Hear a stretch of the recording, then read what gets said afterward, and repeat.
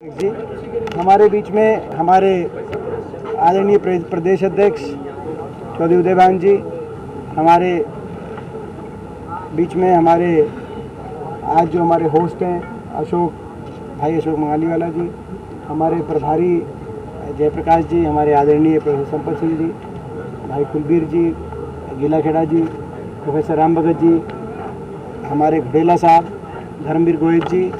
आज इन्होंने कांग्रेस पार्टी जो शामिल हुए हैं, बहुत लोग शामिल हुए हैं, लेकिन जिनकी लीडरशिप में शामिल आज भारतीय जनता पार्टी में जो लंबे समय से थे, 2014 में यहाँ से चुनाव भी लड़ा और विभिन्न पदों पे रहकर प्रदेश के लोगों की और हिसार के लोगों की, आजमपुर के लोगों की जिन्होंने सेवा की, करण सिंह रानौलिया जी, नरेश सेनवाल जी, हमारे यूथ कांग्रेस के अध्यक्ष सत्येंद्र जी, हमारे दुडी साहब, सोमवीर जी।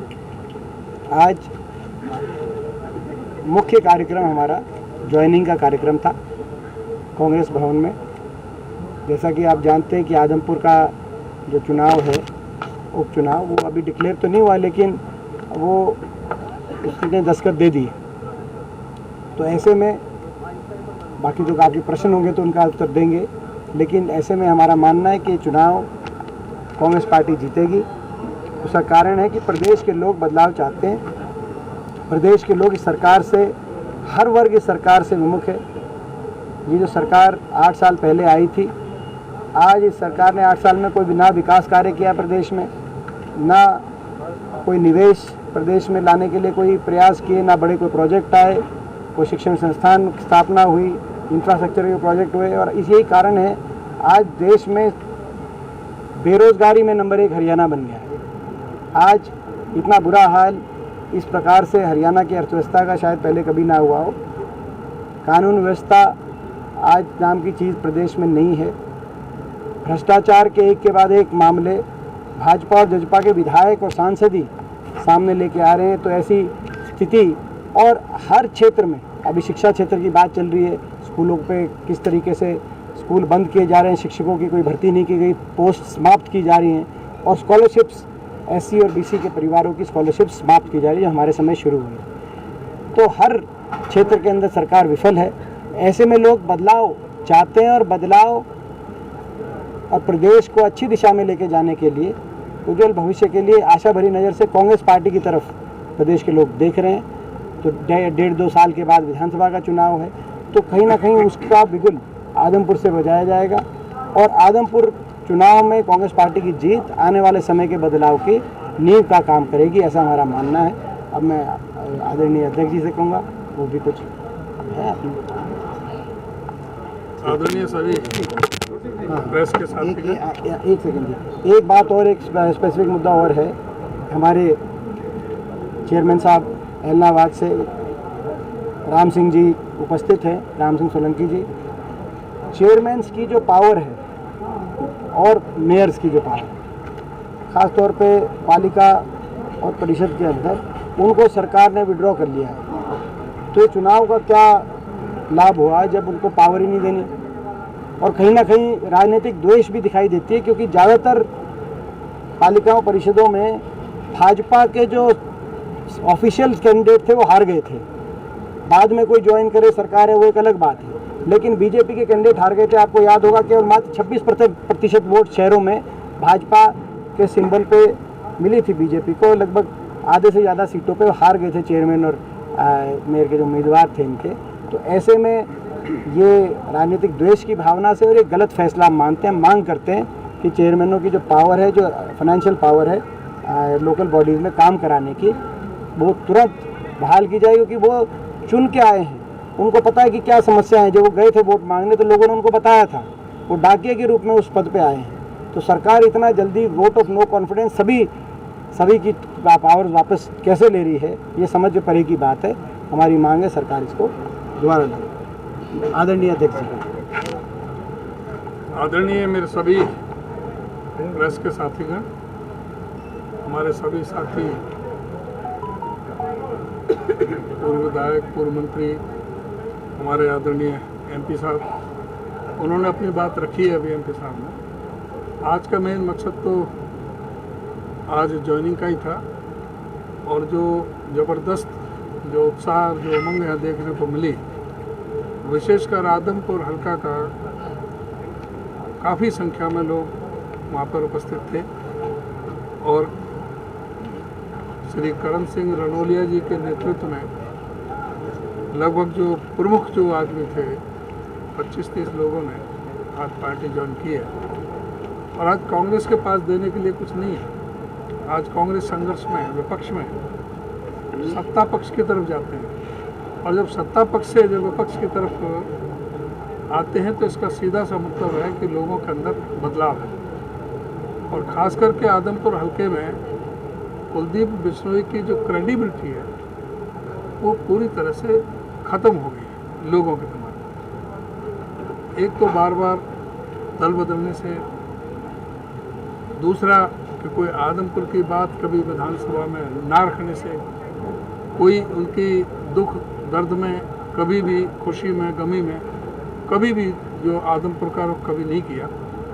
6 महीने विदेश में रहते हैं, 6 महीने यहाँ भी रहते हैं, तो दिल्ली में रहते हैं, एरिस्टोक्रेट आदमी है। अभी पिताजी का उनको लाभ मिलता रहा, लेकिन अब जिस तरह से उनका जो व्यवहार रहा है उससे लोग काफ़ी कुपित भी हैं और दुखी भी हैं। तो इसलिए आदमपुर की जनता आज पूरा बदलाव देख रही है। और अभी पीछे दिनों में केजरीवाल जी भी आए थे और उन्होंने जिस तरह से हरियाणा प्रदेश के किसानों के साथ, हरियाणा प्रदेश की जनता के साथ एक धोखा देने की बात की, जिस तरह से उन्होंने पंजाब सरकार का पक्ष लिया, जो SYL का जो मसला था उस पर हमारा दोनों प्रदेशों का झगड़ा था, जिसका सुप्रीम कोर्ट ने फैसला लिया। आदरणीय हुड्डा साहब के समय राष्ट्रपति के माध्यम से सुप्रीम कोर्ट को रेफरेंस भेजा गया था। सुप्रीम कोर्ट ने 2016 में फैसला लिया था। उसके बावजूद भी इन्होंने उस पर कोई कदम नहीं उठाए, जबकि भाजपा सरकार की, केंद्र सरकार की जिम्मेदारी थी कि उसको इम्प्लीमेंट कराने की। अब दोबारा से सुप्रीम कोर्ट ने इन दोनों सरकारों को, तीनों सरकारों को, सेंटर तक उनको काफ़ी हड़काया है और उनसे कहा है कि भाई इस फैसले को तुरंत इम्प्लीमेंट करें। जब सुप्रीम कोर्ट ये मानता है कि हरियाणा में बहुत भारी कमी है और ये जो पानी था हरियाणा में जाना था, जो 3.5 लाख ये मिलियन एकड़ फुट पानी, 3.5 मिलियन एकड़ फुट पानी ये हरियाणा को मिलना था SYL के जरिए, जो नहीं मिल रहा है उसके लिए कहा कि तुरंत किया जाए। और केजरीवाल जी कहते हैं कि पंजाब के पास पानी नहीं है और वहाँ जाकर के कहते हैं कि SYL के में पक्ष में ही नहीं, और यहाँ वो कहते हैं कि कमी हरियाणा में भी है। अब एक तो जब सुप्रीम कोर्ट का जो फैसला है, सुप्रीम कोर्ट के फैसले के खिलाफ ये सुप्रीम कोर्ट फैसला करेगी कि केजरीवाल फैसला करेगी। आज हरियाणा भी ये कहने लग जाए कि हम दिल्ली को पानी नहीं देंगे, हमारे पास पानी है नहीं। सबसे ज़्यादा कमी आज हरियाणा के अंदर है और हरियाणा में पानी है नहीं और फिर भी हम उनको पीने का पानी ह्यूमन ग्राउंड पर दे रहे हैं दिल्ली को, और हम मना कर रहे हैं, तो फिर केजरीवाल जी क्या कहेंगे दिल्ली के बारे में। तो ये जो दोहरी नीति है उसको भी लोग भली भांति समझते हैं। और यहाँ पर जो आदमपुर में जो होने वाला चुनाव है, जिस तरह से इस समय प्रदेश में भारतीय जनता पार्टी से सभी वर्ग दुखी और परेशान है, चाहे वो किसान है, चाहे वो दलित है, चाहे पिछड़ा है। दलितों का इन्होंने SC कमीशन अब तक नहीं बनाया। कोई जो 100 गज के प्लॉट की योजना है उसको इन्होंने ख़त्म कर दिया। MBBS के दाखिले में अनाप शनाप पैसे 10 लाख रुपए साल की फीस कर दी, जो 42,000 रुपये थे। इसी तरह से पिछड़ों की जो अभी इलेक्शन हुए हैं उनकी रिजर्वेशन ही ख़त्म कर दी। BCA की जो रिजर्वेशन थी नगर पालिका और नगर परिषद में, उनके साथ भी इस तरह से किया। किसान जो कानून थे, कृषि कानून, उनको किस तरह से किसानों के साथ में उनको प्रताड़ित किया गया, आज भी देख रहे हैं। आज बाजरे की फसल आ रही है, 1700-1800 रुपये में बाजरा बिक रहा है, जबकि इनका MSP का रेट 2350 रुपये और पिछले साल भी 2250 रुपये था। जब भी 1700-1800 रुपये था तो इन्होंने ही, खट्टर साहब ने कहा था कि भावांतर योजना के तहत हम किसान को जो डिफरेंस है वो पे करेंगे, और इन्होंने फूटी कौड़ी किसी किसान को नहीं दी, एक नया पैसा किसान को नहीं दिया। और अब बाजरे की फसल शुरू हो गई, काफ़ी आ रही है। हमारे इधर अब हिसार में भी शुरू हो गई, यानी बाकी उधर तो बहुत ज़्यादा है, महेंद्रगढ़ में और इधर नारनौल साइड में, इधर को हमारे मेवात में बाजरा काफ़ी संख्या में आ रहा है और कोई भी बाजरा का कोई खरीदने वाला नहीं है, ना वो भावांतर योजना की अब कोई चर्चा ही नहीं है। तो ये किसानों के भी खिलाफ है, गरीबों के भी खिलाफ है, व्यापारियों के खिलाफ है, सिर्फ चंद पूंजीपति हैं उनके ये पक्ष में सरकार काम कर रही है। तो इसलिए इस चीज़ को देखते हुए अभी जो चुनाव होगा, हम पूरी तरह से पार्टी पूरी तरह से तैयार है। ये सीट कांग्रेस की है और कांग्रेस की ही रहेगी। कांग्रेस यहाँ से अच्छे वोटों से यहाँ से जीत करके जाएंगे और वो आज का भी जो सीन था उससे भी ये बात प्रमाणित है। कांग्रेस का उपचुनाव में चेहरा कौन होगा? कांग्रेस में उपचुनाव का पहले उपचुनाव की तारीख डिक्लेयर होने दो, और जिसने चेहरा बनके जिसने रिजाइन दिया, अभी तो वही नहीं कह रहा कि बेटा लड़ेगा कि खुद लड़ेगा, और दूसरे पार्टी वाले ये बोल रहे हैं कि ये कोई जरूर नहीं है कि इन दोनों में से कोई लड़े, कोई तीसरा भी आ सकता है। अभी तो उनका ही नहीं है कि जिसकी वजह से ये परिस्थितियाँ बनी कि जो चुनाव हो रहा है। क्यों हो रहा है चुनाव की परिस्थिति? तो खुद उसके लिए जिम्मेदार तो कुलदीप बिश्नोई है। उसने जिस तरह से पार्टी की पीठ में छुरा घोंपने का काम किया, आदमपुर की जनता के साथ विश्वासघात करने का काम किया, कांग्रेस का एमएलए था, और जिस तरह से उन्होंने क्रॉस वोटिंग की, कोई बताने की जरूरत नहीं है। ये कोई एसवाईएल के पानी के लिए कांग्रेस का क्या स्टैंड है? एसवाईएल के लिए पानी के लिए हर हालत में पानी लेंगे, और उसकी लड़ाई हम लड़ते रहे हैं और पूरी तरह से लड़ेंगे, और एसवाईएल का पानी हम हर जगह खेत तक पहुँचेंगे। कांग्रेस के पूर्व मुख्यमंत्री पंजाब के अमरिंदर सिंह ने विधानसभा में प्रस्ताव पास करके कहा था कि हमारे पास पानी नहीं है। इसमें थोड़ा देखो, इसमें हमारा स्टैंड जो है हरियाणा का स्टैंड हर राजनीति से ऊपर उठ के रहा है इस मुद्दे पर। हालांकि इसमें कोई दो राय नहीं है कि एसवाईएल का फाउंडेशन स्टोन अगर रखा तो इंदिरा गांधी जी ने रखा। राजीव लोंगोवाल अकॉर्ड के आधार पर, जो कांग्रेस के समय जो अकॉर्ड हुआ था, उसके आधार पर ये पानी के बंटवारे का समझौता हुआ और उसका फाउंडेशन स्टोन इंदिरा जी ने रखा। लेकिन जहाँ तक हरियाणा के सभी पार्टियों की बात है, विभिन्न पार्टियों ने, मैं ये नहीं कहता किसी पार्टी ने कम पैरवी करी, ज़्यादा पैरवी करी, मगर पैरवी करी। 20 साल से केस चल रहा है, मुकदमे चल रहे हैं इस पर, आपको पता है। पंजाब की भी सब पार्टियों ने पंजाब का हक लिया, हरियाणा के सब पार्टियों ने जो रहे उन्होंने हरियाणा के हक की बात करी। लेकिन जब फैसला अंतिम रूप में फाइनल आ गया तो किसी को ये अधिकार नहीं है कहने का, और सुप्रीम कोर्ट का अंतिम निर्णय जिसमें ये बात आ गई कि भाई पानी सरप्लस है पंजाब में, तब किसी पार्टी को कहने का अधिकार नहीं किसी व्यक्ति को कि भाई वो पंजाब में पानी कम है। उन पे क्या कहते हैं कि आदमपुर की सीट कांग्रेस की है, लेकिन कुलदीप बिश्नोई कहते हैं कि आदमपुर की सीट उनकी है। तो किसकी मान करके हम ये सीट चले? किसका गढ़ है, कांग्रेस का है या फिर कुलदीप बिश्नोई? ये लोगों का गढ़ है, आदमपुर के लोगों का गढ़ है, और कांग्रेस पार्टी के उम्मीदवार के रूप में कुलदीप बिश्नोई जी यहाँ से जीते थे, और वो केवल यहीं की जीत नहीं थी। हिसार लोकसभा में कुल मिलाकर भारतीय जनता पार्टी को हार का मुंह देखना पड़ा था 2019 में। 9 में से 5 सीटों पर बीजेपी हार गई थी। तो यानी कि लोग बदलाव चाहते थे, सरकार से खुश नहीं थे। वो स्थिति आज और भी ज़्यादा लोग दुखी हैं सरकार से। केजरीवाल जी का बयान है कि कांग्रेस को खत्म करने के लिए राहुल गांधी काफ़ी है, पक्षी जरूरत ही नहीं। वो अब क्या बोलें, उनके बारे में क्या बोलें? परसों कांग्रेस राजस्थान में कांग्रेस की मीटिंग हुई, वहाँ उत्तम प्रचार हुए, सचिन पायलट के और अशोक गहलोत के वर्कर। देखिए ऐसा है, ये जो है अब क्या हुआ राजस्थान में, अब आप मुद्दे को दिल्ली के किसी का ला रहे हो मुद्दा जिनका हरियाणा में कोई बेस नहीं है, अब राजस्थान की राजनीति का ला रहे हो। अब यहाँ के लाओ आप मुद्दे, हम जवाब देंगे। कुमारी शैलजा कहती एकला चलो के नारे पे कुछ कांग्रेसी चल रहे हैं, जिससे कांग्रेस का ही नहीं हरियाणा का भी नुकसान कर रहे हैं वो लोग। इस बारे में क्या कहते हैं? मैंने उनका ये बयान देखा नहीं, मेरे को हम सारे कांग्रेस जन एकजुटता के साथ चल रहे हैं, और मुझे विश्वास है कि एकजुटता के साथ ही कांग्रेस आगे बढ़ेगी। दीपेंद्र जी, कुलदीप जी ने कांग्रेस तो छोड़ी थी, क्या वजह है कांग्रेस को छोड़ने की और बीजेपी के साथ? आप क्या मानते हैं? तो आप उनसे पूछो, लोगों को तो पता है। 2 दिन पहले लोगों को तो पता है क्या वजह थी, आपको भी पता है, आप हंस रहे हो इसलिए। क्या कारण था वो सबको पता है, तो लोगों को पता है। सबसे ज़्यादा लोग इस बात के दर्पण होते हैं, उनके समर्थकों को भी पता है क्यों छोड़ी थी। कुलदीप बिश्नोई का कांग्रेस छोड़ना कांग्रेस के लिए कितने नुकसानों का, कितने वोटों का नुकसान करवा सकता है?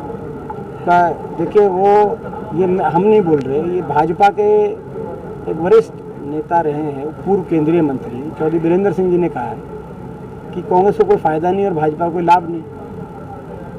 वो कह रहे हैं, बीजेपी वालों का ये आकलन है कि कोई फायदा नहीं हुआ। 2 दिन पहले बंपर ज्वाइनिंग हुई दीपेंद्र जी आपके वहाँ दिल्ली में आपने कराई थी, तो इसका आदमपुर चुनाव पे क्या असर देखते हैं? देखिए, पूरे प्रदेश के अंदर जब से कांग्रेस आला कमान ने चौधरी उदय भान जी के रूप में कांग्रेस को एक प्रदेश अध्यक्ष और चौधरी भूपेंद्र सिंह हुड्डा जी पे एक विश्वास व्यक्त किया है, तब से लगातार कांग्रेस में ज्वाइनिंग चल रही है। लगभग 12 से ज़्यादा पूर्व विधायक, दर्जनों अलग विभिन्न पार्टियों के बहुत प्रदेश स्तर के वरिष्ठ पदाधिकारी लगातार ज्वाइनिंग चल रही है। आज भी जो करण सिंह रानौलिया जी जो आज जिन्होंने ज्वाइन करी, आप अंदाज़ा लगा सकते हैं। तो ये संकेत इस बात का है कि प्रदेश के लोग बदलाव चाहते हैं और बदलाव के लिए कांग्रेस पार्टी की तरफ देख रहे हैं, आशा भरी नज़र से देख रहे हैं। तो ऐसे में हमारी जिम्मेदारी है कि जो लोग साथ आ रहे हैं उनको साथ लें, जो इस विचारधारा के साथ आ रहे हैं।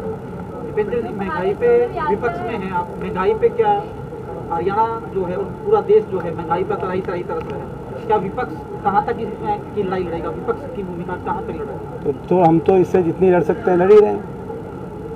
महंगाई पे मैं समझता हूँ कि अभी कांग्रेस पार्टी ने पीछे महंगाई पे रामलीला ग्राउंड में बहुत बड़ी रैली करी थी हमने, जिसमें सबसे बड़ा योगदान हरियाणा का था। उससे पहले लगातार सड़क से संसद तक, यहाँ तक कि संसद के बाहर एक प्रदर्शन किया था जिसमें जो है मेरा गरेबान तक भी पुलिस पहुँच गई थी। अब देखो, उस समय हम सबको, पूरी कांग्रेस पार्टी के सारे सांसदों को उस समय जो है कई दिन तक अंदर, सारे प्रदेश में हर जगह, हर जिले में, हर और प्रदेश स्तर पे बताएंगे प्रदेश अध्यक्ष जी, तो महंगाई पे लड़ाई लड़ रहे हैं, मगर उससे फर्क नहीं पड़ रहा। महंगाई पे लड़ाई तो लड़ रहे हैं मगर उससे, बेरोजगारी पे हरियाणा कहीं आज नंबर 1 आ गया है। पहले हरियाणा की स्थिति थी कुछ समय पहले कि कहते थे कि हरियाणा का जो युवा था रोजगार के क्षेत्र में कहीं न कहीं चला जाता था।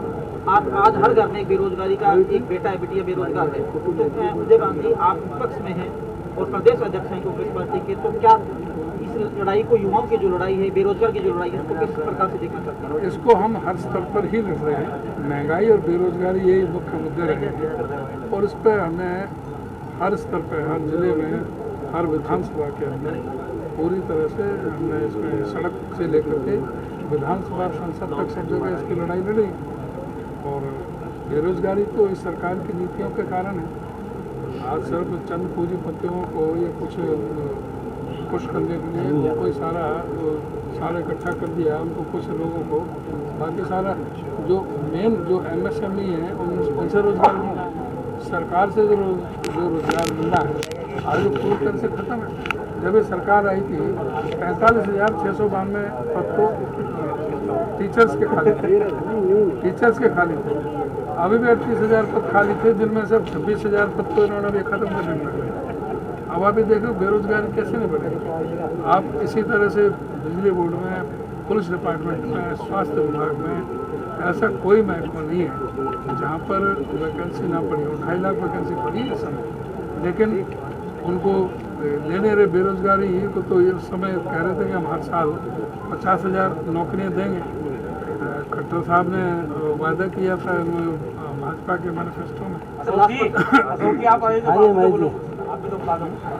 सर, लास्ट क्वेश्चन, हरियाणा में पंचायती चुनाव नहीं हो रहे, 1.5 साल से लंबा समय का भ्रष्टाचार के मामले बढ़ते जा रहे हैं, ग्रामीण इलाकों के काम नहीं हो रहे, ग्रामीणों को सरपंच, आज इसलिए हमने आगे के प्रोग्राम भी कैंसिल कर दिया। कोई प्रश्न में से सरकार हर मोर्चे पर विफल है।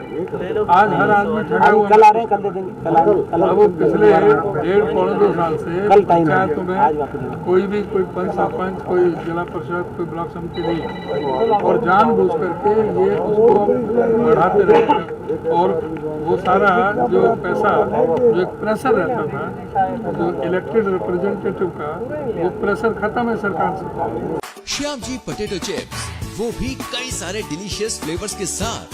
बस खाते जाओ और खाते ही जाओ।